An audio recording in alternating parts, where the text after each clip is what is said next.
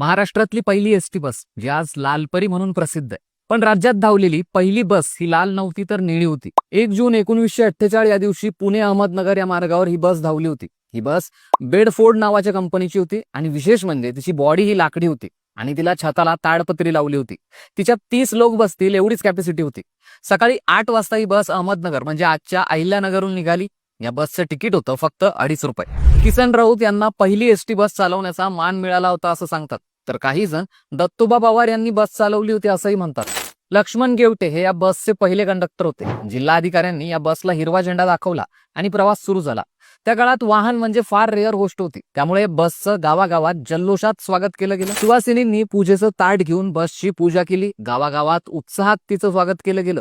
पुण्यात ज्यावेळी एसटी आली तेव्हा तर तिला पोलीस प्रोटेक्शन द्यावं लागलं होतं. बसचा शेवटचा स्टॉप पुण्यातल्या शिवाजीनगरच्या कॉर्पोरेशनचा होता. 1960 मध्ये दापोडी इथल्या कार्यशाळेनं टाटा मर्सिडीज बेन्झ सारखी एसटी बस तयार केली, ज्या बसला पहिल्यांदा लाल आणि पिवळा रंग दिला आणि तेव्हापासून आपली एसटी लालपरी झाली. 1948 मध्ये 36 बसेस पासून सुरू झालेली ही सेवा आज 18,000 पेक्षा जास्त बसेस आणि लाखो कर्मचाऱ्यांसोबतच महाराष्ट्राच्या खेड्यापाड्यापासून शहरापर्यंत सुरू आहे. 1 जूनला आपल्या या लालपरीला 77 वर्ष पूर्ण झाले.